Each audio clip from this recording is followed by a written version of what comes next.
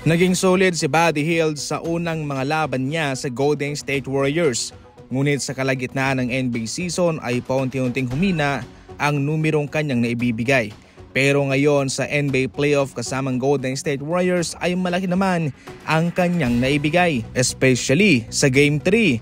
Sa pangkabuuan ay mayroon ng 203 pointers made itong si Buddy Hield sa kanyang unang season sa Golden State Warriors. Napakasolid na pong numero sa 3 ang kanyang naibigay.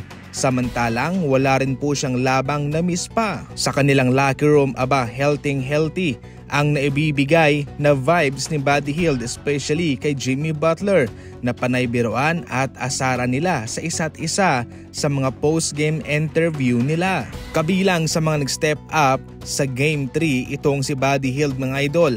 Malaki ang kanyang naiambag, yung kanyang kontribusyon galing sa bangko.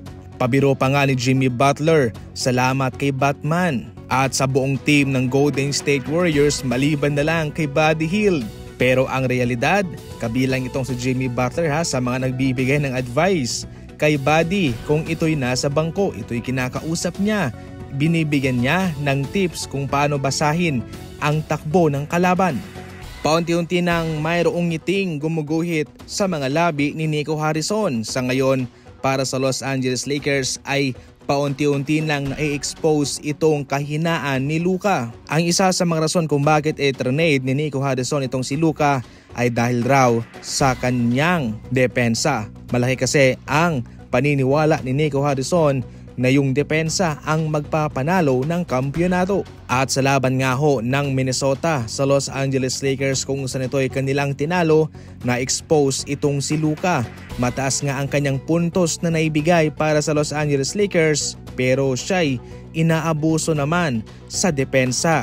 Dahil nga mahina sa depensa itong si Luka, siya yung tinatarget ng mga offensive firepower ng Minnesota. At kaya easy puntos kaagad sa kanila. Kung tutuusin, naka 38 points itong si Luka pero sila'y talo. Malaking factor din doon ang kanyang kakulangan sa depensa.